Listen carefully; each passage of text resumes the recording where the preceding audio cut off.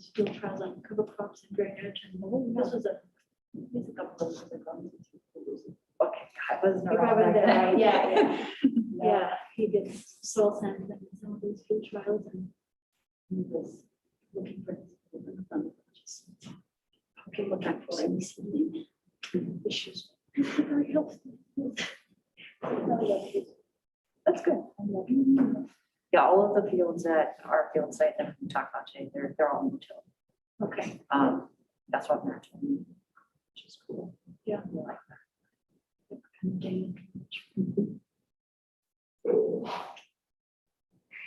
keep up. Please.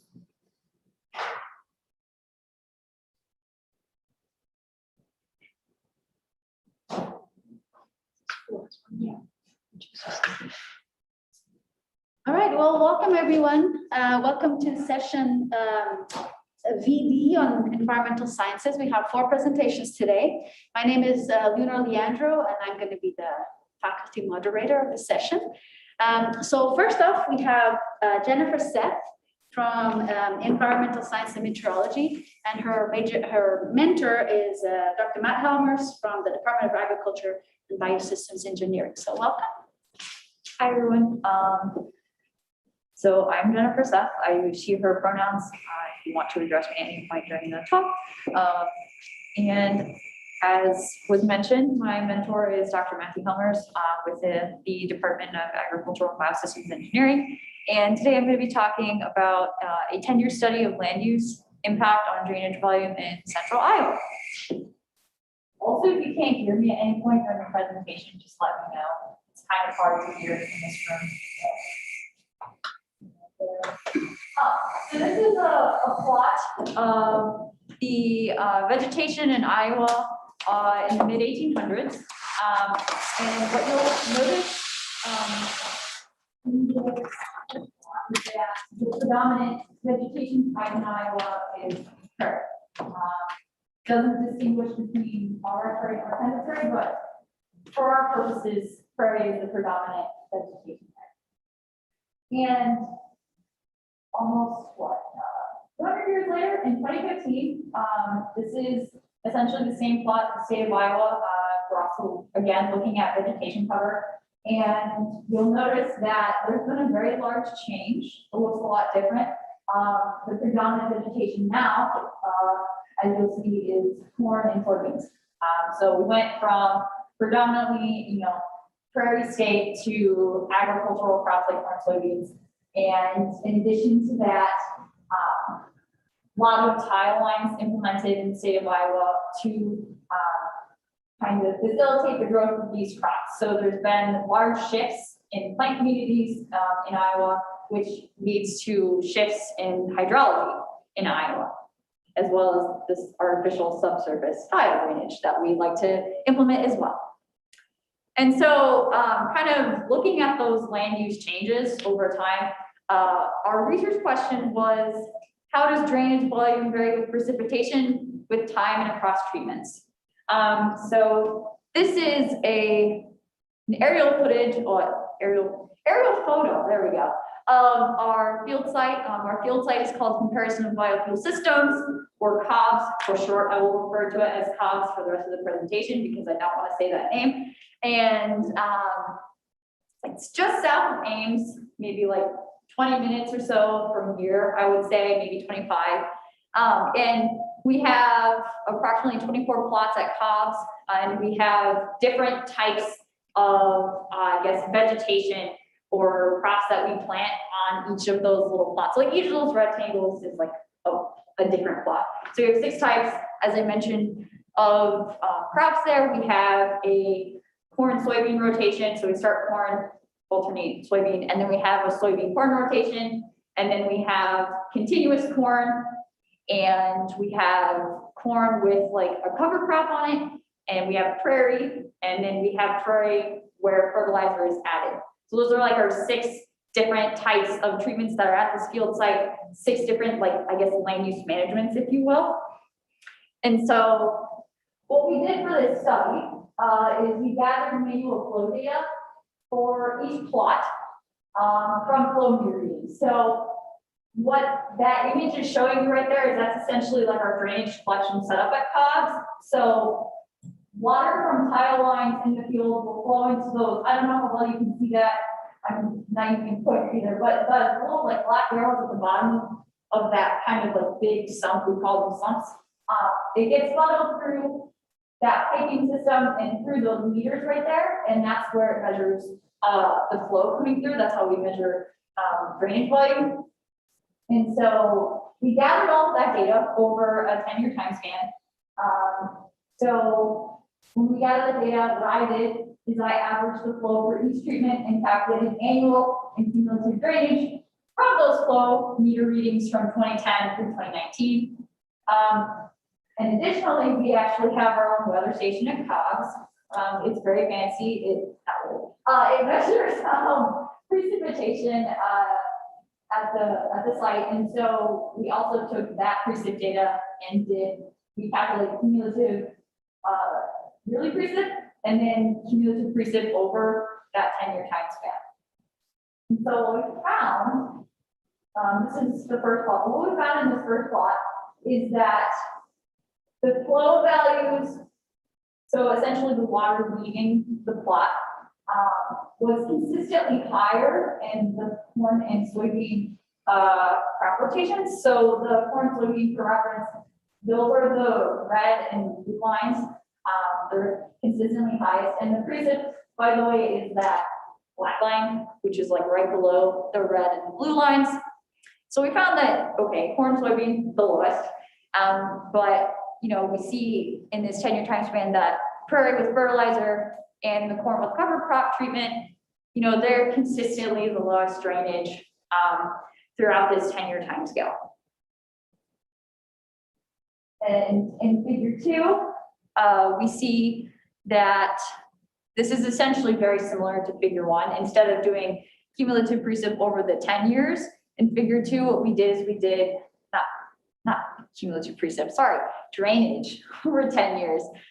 In figure 2, we did annual flow per year. So instead of adding it up over time, we just did like yearly motions of that. So it's very similar. We also ran some statistical analyses on the data for this plot, and we found that annual drainage varied significantly by treatment, by year, by precipitation, and the interactions of treatment and year. And that is actually a really interesting significance that we found. So it's kind of suggesting that the behavior of these plots of these treatments is changing over time, which is a little bit unexpected for us. And I'll move on to figure 3 because I think that shows this concept really, really well. But essentially to explain what figure 3 is we're looking at, we have flow for 2010 and 2018, which are both pretty wet years. So if you remember, 2010 was the year when Ames flooded pretty bad. And 2018 was when it was very, very wet in the fall. That was my freshman year. That was fun. But what you'll see is that the prairie treatment, so this is the prairie, we didn't put any fertilizer on or anything like that, just normal prairie treatment, had pretty low drainage in 2010. It was right there with the prairie with fertilizer treatment, which is the orange line. But in 2018, the prairie treatment, which is the brown line, was right up there with the soybean treatment.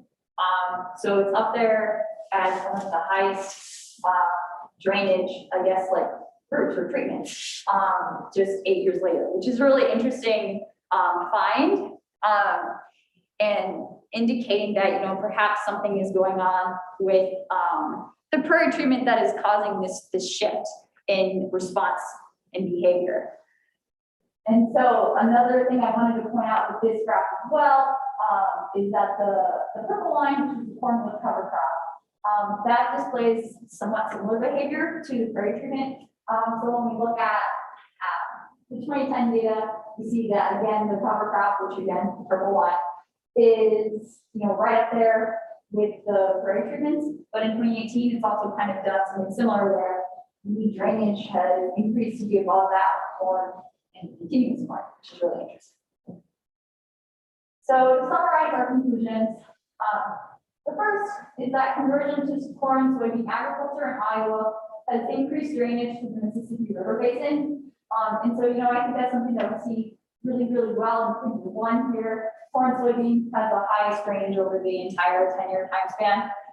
And that is our predominant form of, that's a predominant crop that we plant in Iowa, at least for the time being. Maybe who knows what the future will bring. But secondly, cover crops can partially restore prairie hydrology. And I say that again because if you look at this first plot, the cover crop treatment is right there with the prairie fertilizer treatment. River drainage is pretty low throughout the entire 10-year span. So, if cover crops could partially just restore prairie hydrology, that would be really great because it's a lot easier for farmers to plant cover crops than convert their entire land to prairie because then it's out of commission and we can't farm on it anymore if it's prairie. So that's a very much more feasible economical solution and something that was interesting that came out of this study. And then third, planting prairie with fertilizer or cover crops can help mitigate drought and flood conditions. So that kind of goes back to the idea of they both have, those two treatments both have pretty low drainage. And so, and over that time year, oh my God, okay, over that 10-year time span, we had wet years and we had dry years. Like 2013 was a really dry year. Maybe it was 2012. But both of those years were pretty dry.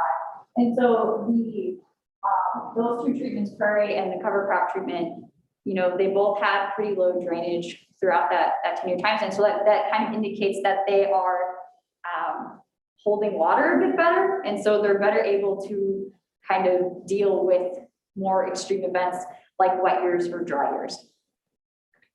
And then lastly, we think something that might be behind the changes in behavior that we're seeing with the prairie treatment over time and with the cover crop treatment could be because the soil structure might be changing over time as the prairie plants establish themselves, as the plant community changes in the prairie plots. And that, when you plant cover crops, you're also you have more biomass on the soil for a longer period of the year, and that can impact, how aggregates form, how big the aggregates are. It can impact a lot of things. And additionally, like soil hydrology through that because of pores. And so that was one idea. And then with the prairie, we thought that it could also be another factor that could be influencing this would be the fact that there are more complex complex plant community growth happening on the prairie treatment as well. We planted the prairie around 2009. It has now been, growing essentially for 10 years. And so the plant communities in that prairie is going to change over time. And so that could be an impact.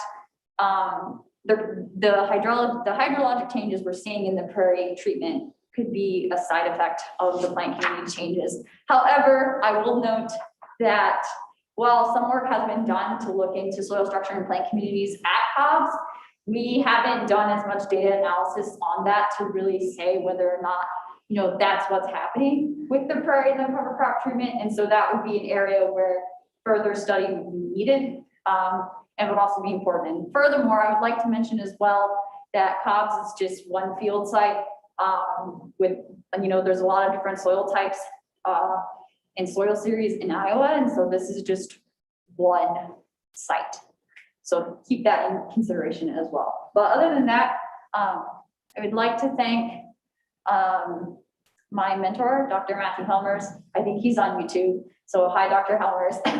And then Dr. Chelsea Clifford, who's sitting right there. I appreciate them being here and helping me with this project. And also a lot of thanks to Sabah Fahim in particular. She's been a great help throughout all of this process and the whole Helmers Lab staff and funding through the ConocoPhillips company and a lot of other people as well. So yeah, thank you all also for being here, and I will take questions now.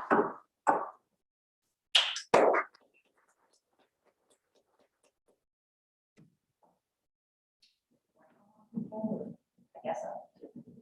I can start with Grace. Yeah. I was just going to ask, I don't know if this is something that you will know, but did you see any correlation between things that had, high drainage or like low drainage and how those crops like performed in terms of like how good the corn was, like corn cover crop versus like regular corn? Did you see the ones that had high drainage, did they have was the corn better, or do you know about any of that? Yeah, so I think we do have some, what you're talking about is like yield. I think we have some yield data, but I haven't actually looked at that in particular in regards to this project. I think it might be interesting to look at that and see how well the crops are performing year by year, but I know that we have some data on that. We just haven't actually disseminated it. Yeah. Or at least I haven't, maybe other people have. Yeah. Tony? First, I want to say good job and that this is a really interesting project, but could you go back to your cumulative drainage slide? This one? This one, yeah. Yes. So the corn and soybeans have higher drainage than there was precipitation, towards the end. So is there another source of water, or why was that higher? It's a good question. I have to think about that a little bit. I don't know the answer per se as to why that's happening. I don't conclusively know. But one guess that I could have, that I might have, is I'm not sure what the topography looks like. Chelsea? You have two axes, remember? The precipitation is different units. Oh, that was what it was. I apologize. Yeah, there's two different axes. So, that's why. Sorry about that. Yeah, thank you.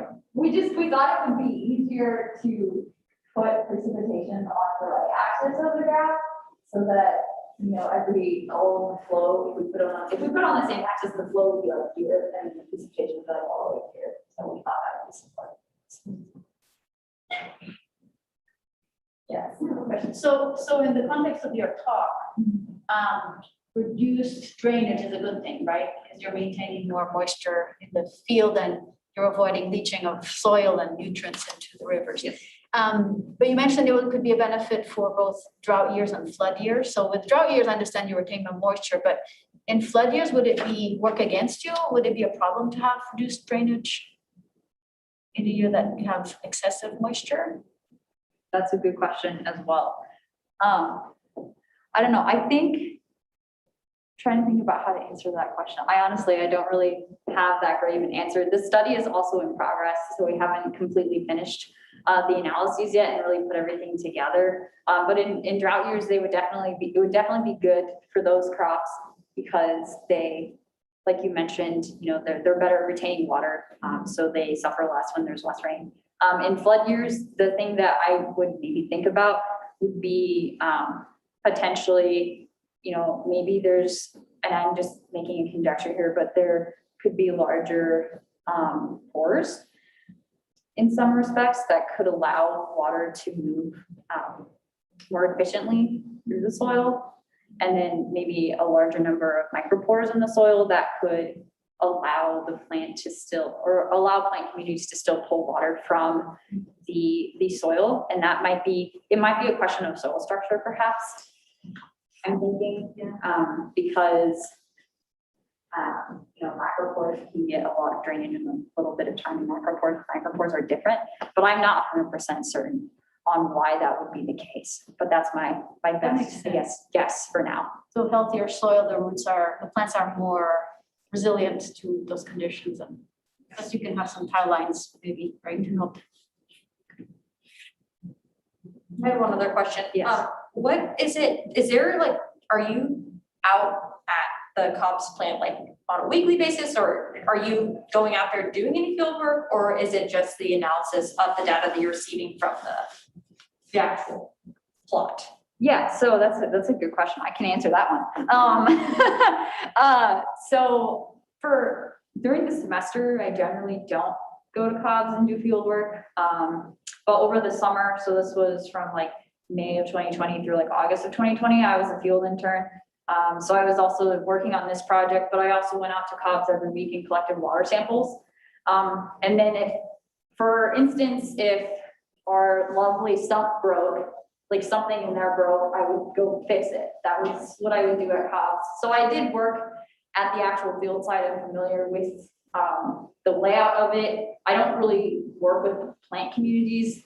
That's more of the agronomic side of things, and I don't really have much to do with that. I mostly just worked in those lovely sumps and crawled in there sometimes and fixed things when they broke. All right, any other questions? If not, let's. Okay.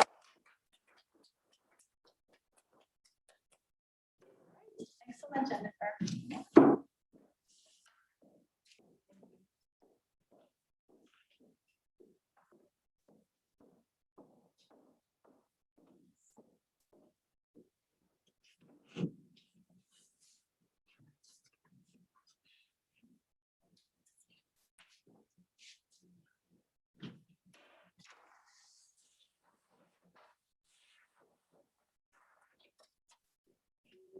Yeah. I really wonder. For whoever's watching this. Do you want me to switch over that? I can. I definitely have it. That's okay. I had to go. How did you get the room? I'm so surprised. I don't want anyone to ask me anything. Okay. Yeah. I don't know, I mean, it's 25 stuff, so. All right, so our next speaker is Kayla Wardensing from Environmental Science and Geology, and her mentor is Grace Wilkinson from the Center of Limnology, and she is going to talk to us about geochemical trends. So like she said, my name is Kayla Wardensing, I use she, her pronouns. And today I'm going to be presenting on my actually honors capstone project, which I finished up last semester, which covered the geochemical trends and some of the anthropogenic drivers in the Des Moines River. More specifically, we're going to talk about 3 different ions: nitrate, sulfate, and chloride. Nitrate has inputs, as many of us here in Iowa know, a lot from agriculture, but it can also be inputted into a system like a watershed from wet or dry deposition from the atmosphere. Likewise, sulfate can also come from agriculture, things like fertilizer application and atmospheric deposition, but it can also come from some erosion from tilling or other processes that stir up the soil. And finally, chloride, while sharing that atmospheric deposition, like most of them, and the erosion, also has the unique input of coming from road salt, actually, in the winters here in temperate areas. All 3 of these ions are important to study for a multitude of reasons. Nitrate can lead to eutrophication and harmful algal blooms that deplete oxygen, deplete water of oxygen. There we go. Sulfate can lead to both soil and water acidification by decreasing the pH, which is incredibly detrimental to anything living in those areas. And chloride is actually a toxin if you find it in waters, and it can be harmful to us and to the organisms living there. So unfortunately, there aren't a ton of studies that happen over long terms, like over multiple years. I know we just had one presented, but they're actually super rare, mostly because we don't have the data sets that we would need to do that kind of study. Fortunately, we've got an exception of that here in Iowa. The Des Moines River actually has been monitored pretty consistently for over 40 years by both people here at ISU and people within the Army Corps of Engineers. We took information for our project here from 4 sites along the Des Moines River that have been studied for that period of time. We've got site 1, which is up in Boone. It's pretty rural. Site 5, which is a nice mix of rural and urban surroundings. Site 7, which is just underneath Des Moines. And then site 9, which is underneath the Red Rock Reservoir and shows influence from the entire river upstream of it. So what we wanted to do was explore the question, what drives the interannual variation in ion concentrations in the Des Moines River, and are those drivers consistent throughout the watershed? We had a couple of hypotheses. The first one was that agricultural influences, things like increasing agriculture in the areas surrounding the Des Moines River, wet deposits, and urbanization of the Des Moines area throughout these 40 years that the study has gone, would be the primary drivers of these geochemical trends within the Des Moines River. We also hypothesized that the effects of those agricultural influences would be amplified by global climate change that's happened over the last 40 years. So what we did was essentially a bunch of modeling. First things first, we had to correct for flow because when we ran our preliminary models, we found that flow pretty much wiped out any other variations that we could see from other drivers. So what we did was we corrected it with a regression of flow versus ion concentration, and then used the residuals of those in our further analyses. We also gathered annual data on some of the drivers that we thought of that could be influencing the ion concentrations in the river. This graph up here is actually a bunch of time series of those drivers. Each color corresponds with the site, and that'll be consistent throughout the entire presentation. And then our x-axis is time. After we did that, we used conditional inference trees to identify the 3 most important variables for each ion at each site, and constructed what are called generalized additive models, or GAMs. And that was used to discover the impacts that each driver had on each concentration of ions at each site. And then finally, we created partial effects plots that further broke down the deviance that we saw, and we'll see those in a minute. So going into results, here's just a reminder of where our sites are. We got site 1 up in Boone, super rural, site 7 in Des Moines, and then the other 2 in there as well.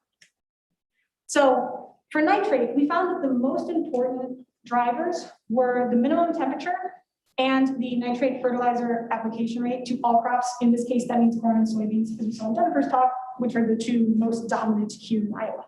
But before I go any further, I want to kind of break down this mess of graphs up here is the partial effects plot. And it's got a ton of information on it, and it's super helpful if you can read it. So on our rows, we have each of our sites, and our columns are related to each of the drivers that were considered important at each site. So each of them has 3 because of that conditional inference tree that we ran. The percentages over there on the rows is how much deviance was explained by each of those drivers. So for example, and one more thing, the EDF, which is the effective degrees of freedom, describes the linearity of the trend line of the graph between the driver and the ion concentration, with values closer to 1 being closer to linear. So for example, take site 1. We've got 50.6% of the deviance in our overall trend line being explained by the minimum temperature, the nitrogen fertilizer in all crops, and our total precipitation. If we look specifically at our nitrogen fertilization of all crops, we can see that as that fertilizer increased, as the fertilizer use increased, so does our ion concentration, and did so in a linear fashion because our EDF value is 1. So that's how to read that. We'll go back to nitrogen results.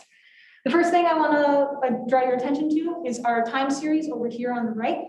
As you can see, pretty much all of the sites are sitting pretty much on top of each other, which we think has something to do with the fact that there's a regional effect happening. There's a regional effect being had on each of the sites. There isn't like an individual thing in each site that's influencing. If we look at the minimum temperatures right over there, we can see that there's a positive effect that can be explained by thinking about the fact that more mild winters lead to both earlier planting times and a higher rate of soil processing done by microbes that's going through that nitrogen. The negative effect in the fertilizer application rates in site 7 and the variable one at site 9 looks kind of funky at first, especially if you look at sites 1 and 5, but can be explained by the knowledge of water treatment in Des Moines. So water treatment happens in Des Moines, and that happens above the site 7 sampling point.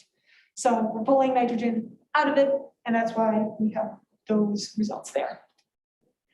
For sulfate, likewise, the minimum temperatures and nitrogen fertilizer application rates were the most important drivers, but we also found that population of counties in the watershed had a big impact too.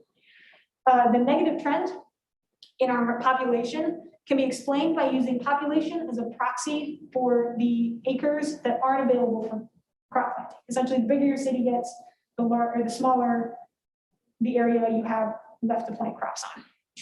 On the flip side of the coin, We've got this positive trend for nitrogen fertilizer application rates, and that's directly related to the number of crops that are being planted. The more crops you have, the more nitrogen you're putting on it, and also the more sulfate you're putting on it. And finally, we've got this negative trend in our minimum temperatures, and that again can be explained by soil processes happening in our fields. The warmer it is, the more sulfate is being fixed into other forms of sulfur by microbes, and the less sulfate there is to be washed into our streams. So for chloride, there's one thing that there's a couple things I want to point out, but one of the big things is in our time series. As you can see, the other two didn't have a whole ton of deviance in between their sites. This one does, which tells us that there's something happening at each of our sites, or at least at a couple of them, that's causing derivations in the trends that we're seeing. The most important drivers we found were population and chloride deposition. There is a super large flux in population, both that we can see, one in the shape of the graphs, super curvy, but also in the EDF values that are very much not one. I think we've got a couple 8s in there, a couple 3s. Those are very high compared to some of the other numbers that we've seen. This can be explained by the fact that we used population for this study as a proxy for number of roads in the watershed. And while this was effective to show that there was a relationship between that and the ion concentration, it's possible that we would have been able to find a better correlation or something that better explained that by using a different data set that we couldn't find or didn't have access to. But that would be something to explore in the future. And then the only other thing that I'd like to draw your attention to on this one is our trends with the minimum temperature and annual precipitation at site 5. And this is just a way of thinking, or a way to show what we were thinking in this kind of thing. So as you can see, we've got a negative trend with our minimum temperatures, but a positive trend with our annual precipitation. Seems kind of funky, but think about it this way. If you've got a colder and more snowy winter, you're going to be putting more road salt on our roads. And when you put more road salt on our roads, inevitably more of that road salt gets washed off into our rivers. So that's just how to think about that. So the main takeaways that we pulled out of this sample, or out of this project, were a couple of things. One, neither climate change nor anthropogenic activity by themselves are able to fully explain the long-term trends that we see in the world. Both of them play a part in the changes, and both of them are interconnected. All of our models showed influence from both climate in the form of either precipitation or temperature, and anthropogenic activity such as agriculture, urbanization, some of the proxies that we use for growth. And finally, while flow was the most important driver overall, and when we have to correct for that at the beginning because it overwhelmed all of our results, when that was corrected for, the other drivers that we used were able to explain between 34 and 88% of the deviance that we saw in our variable tables, which is a huge amount. It means we're on the right track, and while more work obviously can still be done, we're on a pretty good line with that. So finally, why do we care about this? Why do we study long-term trends? Why does it matter to us? There's a couple of reasons. First off, there's evidence that the multiple anthropogenic pressures that we are creating are influencing the watershed and the environment around us. We are causing change in our environments. And secondly, and arguably more importantly, by understanding long-term trends, we are taking the first step in being able to predict what's going to happen in the future by understanding the past. And that's super important as our drivers continue to change and as the concentrations that are driven by those drivers continue to change. By understanding long-term trends and being able to predict the future, we are going to be able to see disasters before they happen, prevent them, and protect both the environment and ourselves. So very quickly, I'd like to thank my incredible faculty member, Grace Wilkinson, I think she's online as well, and the entire Iowa State Limnology Lab for their incredible help in this project. Des Moines River Water Quality Monitoring Program and the U.S. Corps of Engineers for a ton of the data that we used for this. Dr. John Walter for his help and honestly wizardry in understanding how models work and how to build them so they run correctly. The honors program and Dr. Svetlana and Iowa State University as a whole. And with that, thank you very much, and I will take questions. I just wondered, is this like are you doing like constant monitoring of these things, or is it like you take samples on a weekly, monthly, annual basis? Like how often are you recording the actual like data of the amount of nitrates in the water? Yeah, sure.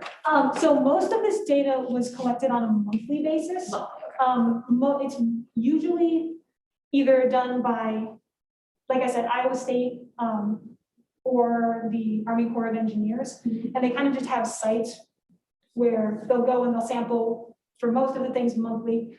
Some of them are a little bit different. Sulfate, for example, you saw on the time series was just a black line. That one's sampled differently. But yeah, for the most part, it's done monthly. Yeah.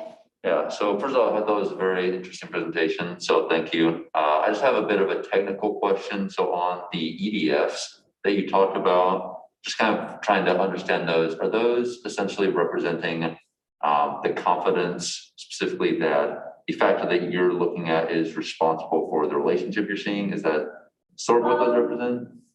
No, so an EDF is, okay, I'm gonna back up a little bit and explain what a GAM does to the best of my abilities. I don't fully know all of the crazy ins and outs that a doctoral student would, but what a GAM does, it essentially fits multiple lines to your data. Instead of saying, all right, this is a linear one, and we're gonna put a linear thing over all of it, or this is a exponential curve or something like that. It'll take different parts of your data and say, okay, this fits a linear, this fits an exponential, this fits all of that kind of stuff. So what an EDF does is it tells you how close to a solid linear line that is. Okay. Does that make sense? Yeah, thank you. I have another question. You said that flow was kind of the factor that overwhelmed everything and you had to adjust for it. Do you know what factors would, influence flow? So I'm imagining precipitation would be one, but you tested for that. So I don't know if that's part of your project or is kind of beyond what you're doing, but what would influence the flow of the river that then has all these downstream? Sure. So yeah, it wasn't part of our project, but I mean, I can answer most of it. Flow is predominantly controlled by precipitation, as you said. There are some other things like winter melt can have some influence. That's why we get like spring floods and that kind of thing. But yeah, for most of the year, it's going to be precipitation that is having that control on how much flow there is at any given time. Any other questions? All right. Nothing over here is much nicer, by the way. Thank you. Thank you.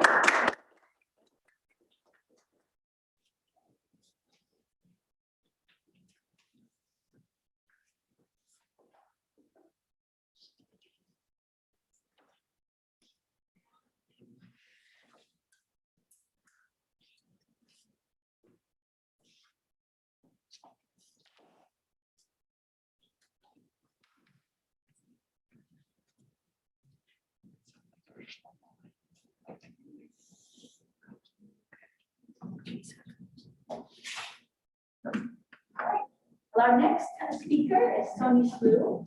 She is from Biology and Environmental Studies, and her mentor is Kevin Rowe from Natural Resource and Ecology and Management. And welcome. All right, so hi everybody. My name is Tony, and I am mentored by Kevin Rowe, as she said. But today I'm going to be talking to you about our efforts to restore the three-ridge mussel, or Emblema plicata, to the Cedar River in northern Iowa. So first, a little bit of background about freshwater mussels. They seem kind of boring, but they're actually super important to freshwater ecosystems. So they are what's called filter feeders, meaning that they get food from nutrients that are suspended in the water. And in doing that, they do a lot of really important nutrient cycling and nutrient storage. So they're really important in like maintaining nutrient levels in freshwater ecosystems that other species depend on. And then also just their presence in an ecosystem can help stabilize sediments and make it more livable for other species as well. They also have some economic and cultural uses. So they're not as popular as like marine bivalves that you might be familiar with, like clams or oysters, but they are sometimes used as food, and their shells can be used for like buttons, jewelry, and even art. And they also have spiritual significance in some cultures as well. And then on top of all of that, they also have scientific importance as an indicator species. So as I mentioned, they store a lot of nutrients and like organic materials in their tissues. So scientists can use that as sort of an indicator of like past and present environments. And they are really sensitive to environmental change. So if they, their populations are declining, you can tell that like something in the water is not good. So a little bit about the free ridge mussel in particular. It's really common throughout much of the United States and parts of Canada. And it's called the free ridge, as you can see, because it's got 3 ridges on its shell. And biologists are just really creative when they name stuff. So there's not a ton known about like its life cycle or how long it lives, but it's thought to get about 7 inches long and live somewhere between 30 and 70 years, depending on environmental conditions. So it's important for all of the reasons that I mentioned before, but it's also commercially harvested because its shell is really thick and it can be used to encourage pearl production in oysters. So it doesn't produce pearls itself, but it is used in pearl production. So that's one of the big uses for the free ridge mussel. So unfortunately, freshwater mussels have been suffering population declines across North America. They actually have the highest extinction rate out of any other group of organisms in the Midwest. So in the past 100 years, over 30 species of freshwater mussel have gone extinct, and 65% of the remaining species are either endangered, threatened, or vulnerable. So they are in a really at-risk group. And this is just because they're really sensitive to environmental change. And that's mostly because, as I mentioned, they're filter feeders. So they're taking in just whatever's in the water. And if it's not good for them, then, you know, they die. For the Midwest specifically, things like channelization for irrigation or for drinking water, or things that change stream flow like damming, pollution, and other disturbances are really big threats. So for the free ridge, you can see on this map that it's considered stable in much of its range, and this is because it's a generalist as a species, so it can survive in a lot of different conditions, but it's considered imperiled or even locally extinct in certain areas. And in some places, like in Iowa and in Minnesota as well, its status isn't really monitored. So there's not a ton of information about their population here. So one strategy that scientists have been using to sort of combat freshwater mussel declines is called controlled propagation. And this is basically just raising the mussels through their larval stages in a controlled environment, a hatchery or a lab. And then once they reach their juvenile stage, placing them back in the wild. And so this has been kind of the dominant strategy. And since 1997, there have been over 1 million juvenile mussels released in the US alone. And this is really important because it allows these mussels to have like a safe place to grow, and it can be used to either restore populations that have gone locally extinct or help augment populations that are suffering declines. So hatchery-raised mussels have been shown to live at least 3 years in the wild. So this has potential to be a really strong conservation method. But one aspect that hasn't really been looked at as much is genetic diversity in these propagated mussels. And this is really important because if the propagated mussels are too closely related, then they can suffer from inbreeding depression. They lose a lot of that resilience that they would have to environmental change. And it makes it more potentially harmful traits to be more common in the population. But if they're not related enough, then you suffer from outbreeding depression and have these offspring that are just not really suited or adapted to their environment. So genetic diversity is something that's really important in propagation, but it's not always looked at.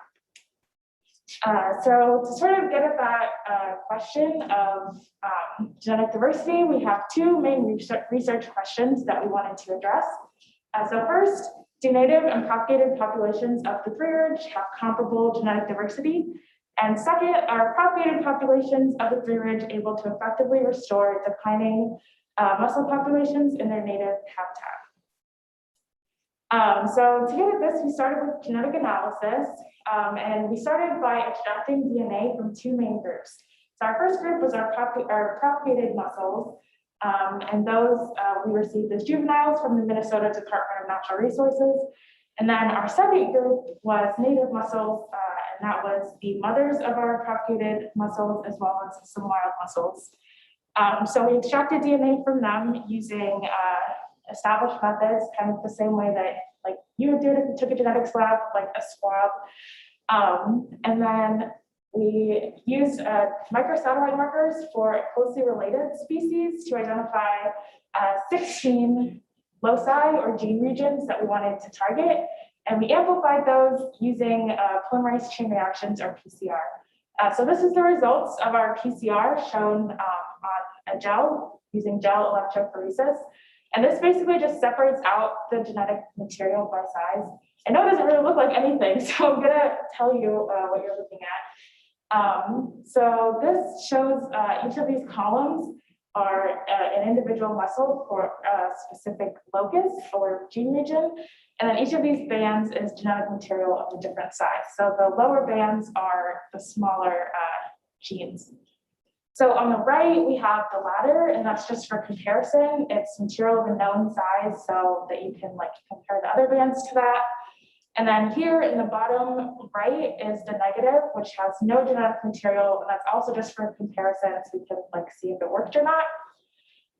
And then this gel, I think, is a really good example because you can see like some of them have two bands, like this one here. So that has two alleles or two different versions of a gene, and that's what we would call heterozygote. And then the one next to it has only one band, so it probably only has one allele, and that's what we would call a homozygote. So it looks really clear on this gel, like what the different genotypes are, because you can see like two bands versus one band. But that's not always the case, and sometimes band alleles can be really close in size. So there could be two alleles, but it shows up as one band. And one locus can have up to 20 or even more alleles, so it's hard to really say what the genotypes are just based on the gel. So after we did this, just to determine like presence absence of the genetic information, and then we sent our samples over to the ISU DNA facility for genotyping using capillary electrophoresis. So this is pretty much the same as the gels that you saw before, where it gives us allele size, but just on a much finer scale. So what you're looking at is sort of like the gel, but just turn on its side. So now each row is an individual, and each blue band represents an allele of a different size. So you can see on this image that you can like see the bands more clearly and see like some of them are really close in size, but they're still would be considered different alleles. So this is sort of the information that we're parsing through now to look at genetic diversity and to examine allelic richness in the different loci. So then the other part of this project involves actually putting these mussels in the water and monitoring their growth.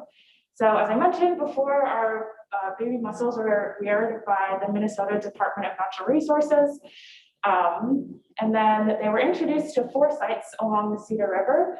And when we first introduced them, we put them in these silos, which is basically a concrete dome. And that's just to shelter them from like disturbances and predators and other things. And just give them like a buffer of safety to get used to their natural environment. And also so we can find them because they're really small, right? So you can't just like drop them and leave. So at each site, we had 5 silos, each with about 10 individuals in it. So that's a total of 20 silos and 200 juveniles that we put directly in the river. So every 2 weeks, we would come out and monitor their growth. So we would use digital calipers to measure how long they are. We would make sure that their silos were still there and clear of debris. Then we would take various environmental measurements, things like water pH, temperature, dissolved oxygen, stream flow, and things like that, just to get a sense of how the environment that they're in is changing over time and whether or not that impacts their growth.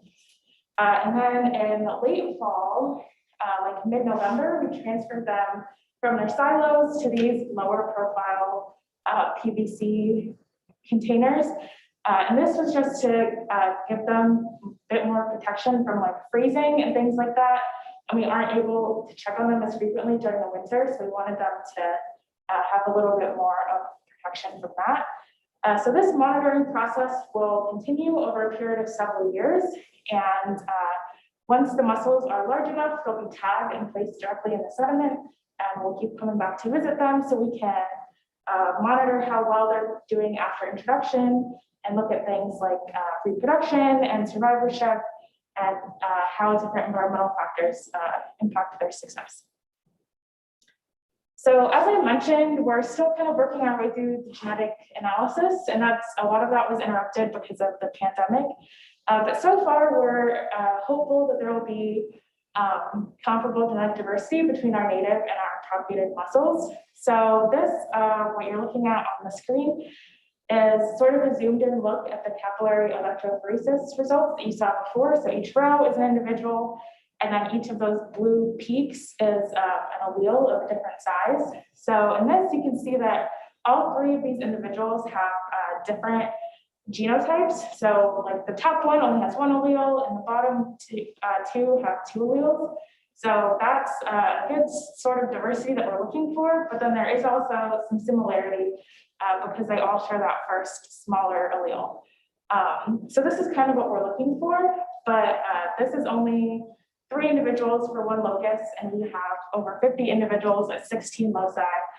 So we're, working our way through that. So some things that we're looking for in this data are genetic diversity between our 2 groups. We're also looking at evidence of multiple paternity in the juveniles. So we know who their mothers are, but we don't know who their fathers are. So if they have multiple fathers, that can help increase genetic diversity as well. We're looking at variance in reproductive success between the mothers. So looking at what traits in a mother might make it more successful reproductively. And that can help hatcheries determine like what traits are best to look for in mussels that they're using for propagation. And then we're also looking for evidence of a population bottleneck, which is like a sudden decline in population. So if we see that in the juveniles, that means that we did not do a good job of capturing genetic diversity, that like something happened in the propagation process where they lost a lot of diversity. But if we see that in our native group, then that tells us that like something is going on in the environment that's causing their population to suffer a decline. In the future, as I mentioned, these mussels will continue to be monitored over a period of several years.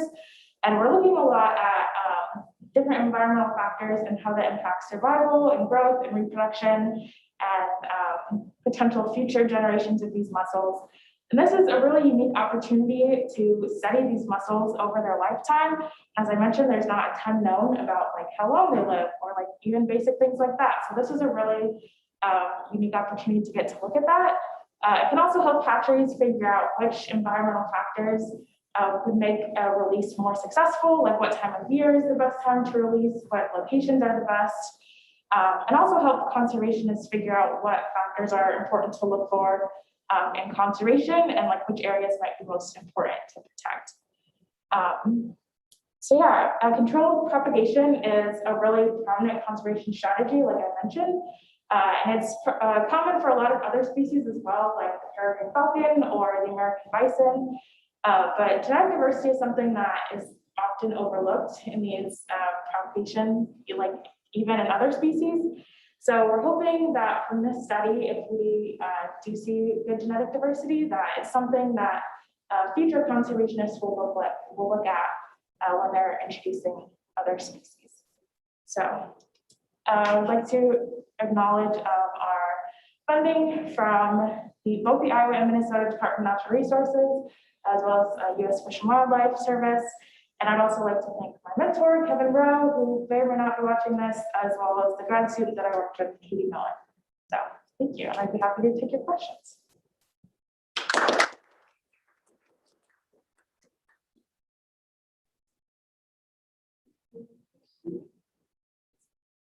I was wondering, so how many different like locations did you say that you put the new mussels at? There's 4. And like what goes into like picking those locations? I'm not sure because I wasn't really involved with like choosing the locations, but they are, for the most part, pretty remote and not in like urban areas. So I guess you're kind of hoping that there'd be less disturbance with that, but then it's also usually like a public park, like a state park, where it's easy to access as well. So probably. Yeah, that makes sense.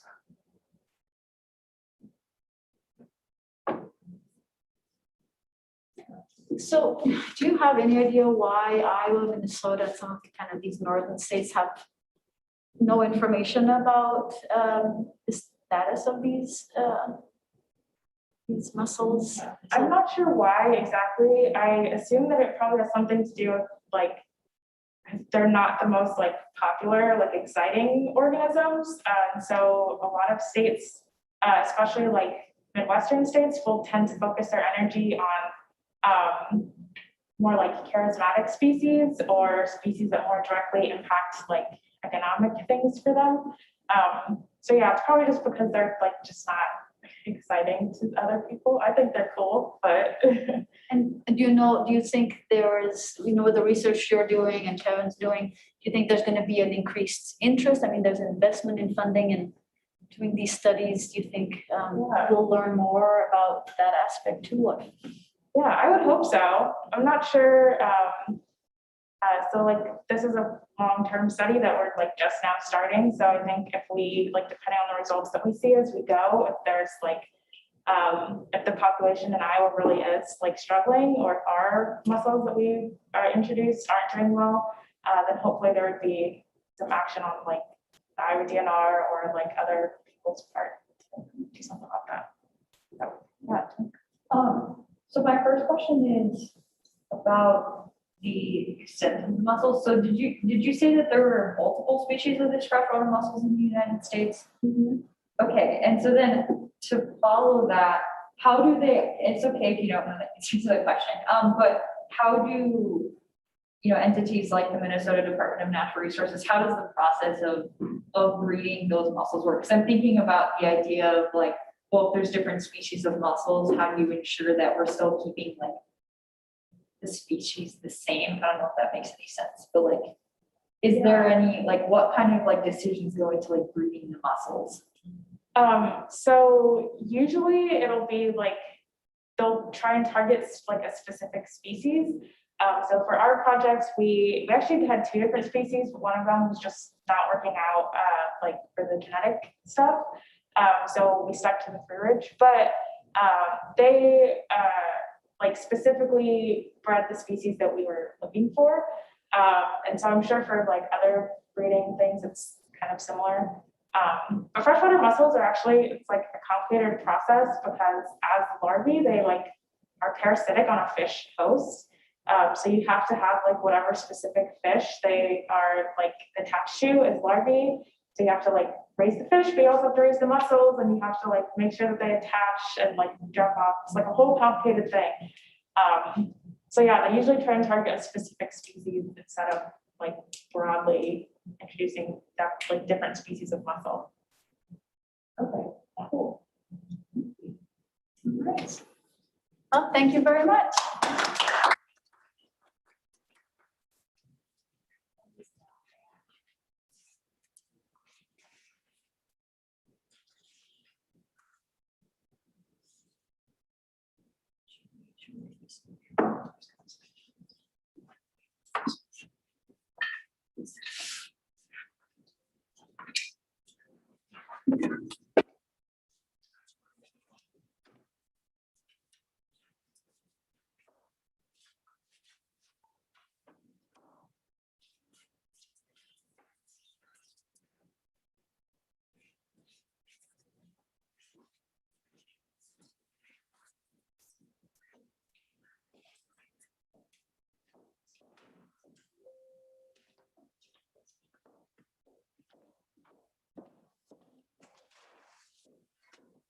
video is already pulled up down there on the bottom.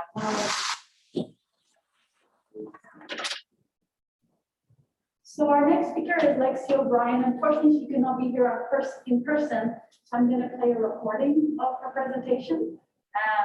And then since we can't take questions from, I don't know if she's online or not, but of course we don't have the opportunity to do that.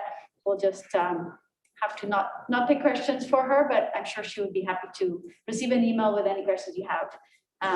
So with that, you know, start up the video. Selection. You can contact me at the email below if you have further questions after this presentation. Hello, my name is Lexie O'Brien, and my advisor is Dr. Leandro. My project is about developing plastic degrading microbes using artificial selection. You can contact me at the email below if you have further questions after this presentation.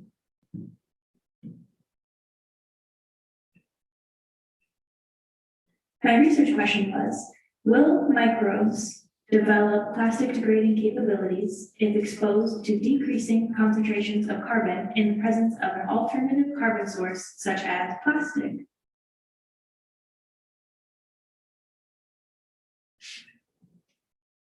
The idea of my project was based off of the concept of selective pressure. Selective pressure is the idea that subjects change over time when exposed to certain conditions. So for example, with the diagram that we have here, this is an organism adapting to an environment where being square is more advantageous than being circular. So in a place where being square is most advantageous, the circular organism on the left becomes slightly more square in the middle for the second generation, and then even more square in the third generation. This is the idea behind the methods for my project, except instead of making squareness be the most advantageous state of being, for my project, we're making the ability to degrade plastics be what is most advantageous, the most advantageous trait. So hopefully over time, the organisms that we're treating with our experimental treatment will become more and more capable of degrading plastics. The preliminary research involved in this was surrounded by different types of organisms that are able to degrade plastics, as well as different methods for screening these organisms or showing that they indeed do have these abilities.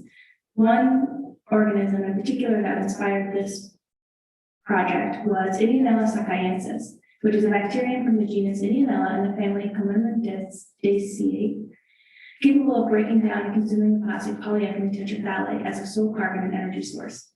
The part about this that is particularly important is that the bacterium isn't only degrading the plastic, it is also assimilating it and using it as a carbon source. So reducing carbon sources in the environment is a possible reason as to why this bacterium developed this capability in the first place, due to competition with other organisms. This organism was discovered in contaminated soil outside of a plastic bottle recycling plant in Japan. So it's possible that the contaminated soil created a new niche for this organism to be able to thrive.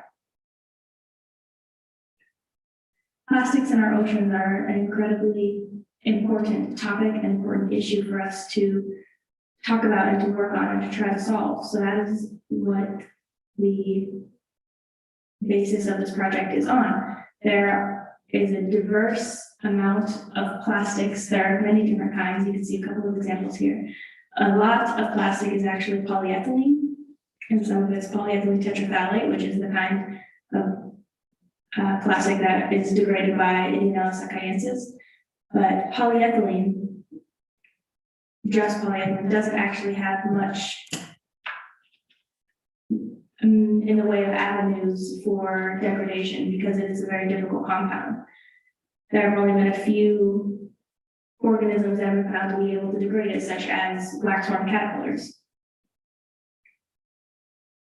Most of the plastic in our ocean is actually polyethylene because it is used in so many different single-use plastics, such as plastic bags.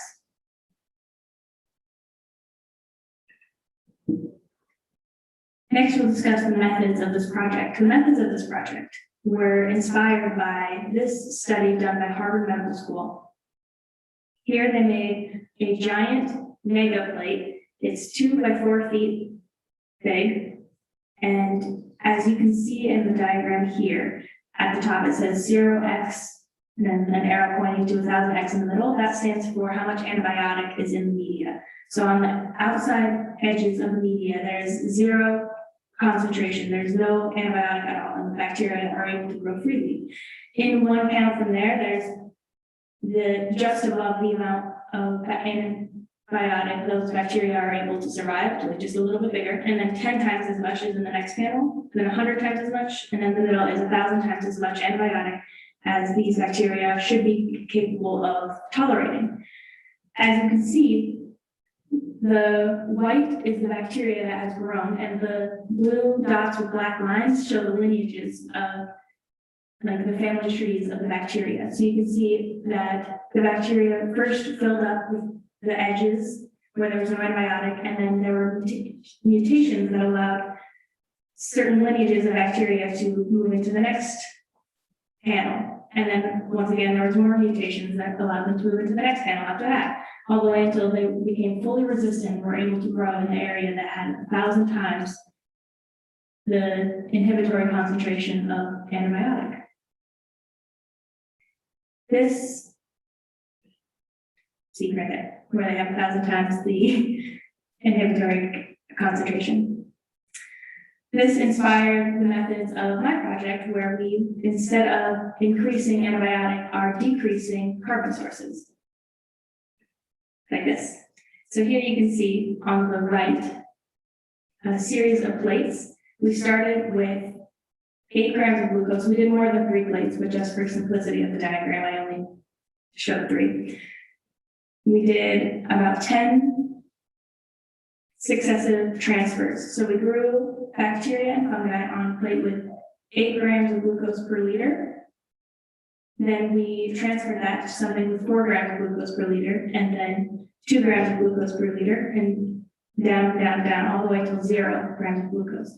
You can see the photo on the left is actually a real photo of a plate that is bacteria growing on 0.5 grams of glucose per liter. And that is the second to lowest concentration that we tested before 0.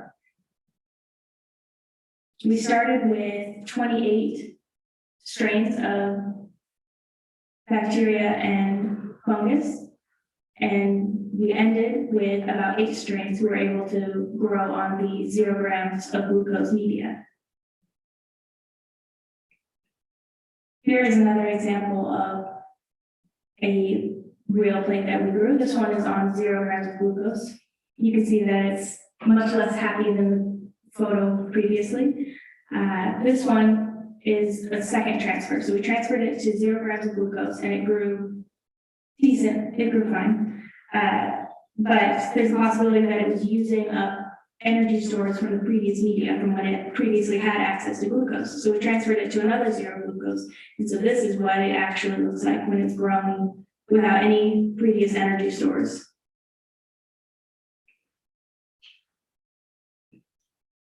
Now, the future of this project.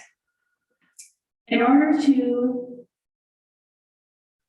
prove that the reason the bacteria is growing or the funguses are growing on the media with 0 glucose is because they're breaking down plastic, we're going to do an additional test where we will transfer these isolates to one plate that has 0 glucose with plastic in it, and we'll transfer it to another plate that has 0 glucose without plastic.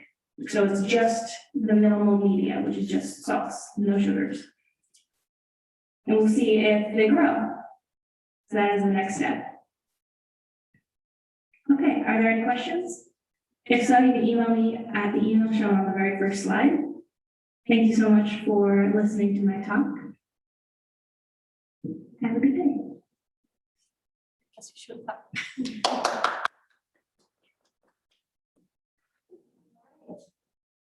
So Lexie O'Brien, I know her email was covered, but I don't don't remember her email, but I'm sure you can look her up. So thank you all. You all did a wonderful job. I really enjoyed all your talks. And we will end the session here. Have a great day.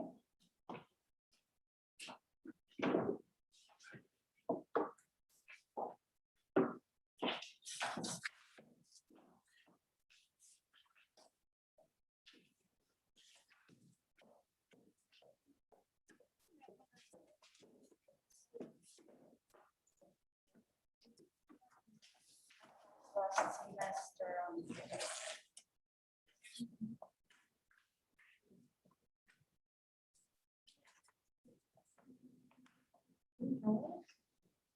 Yeah, it was.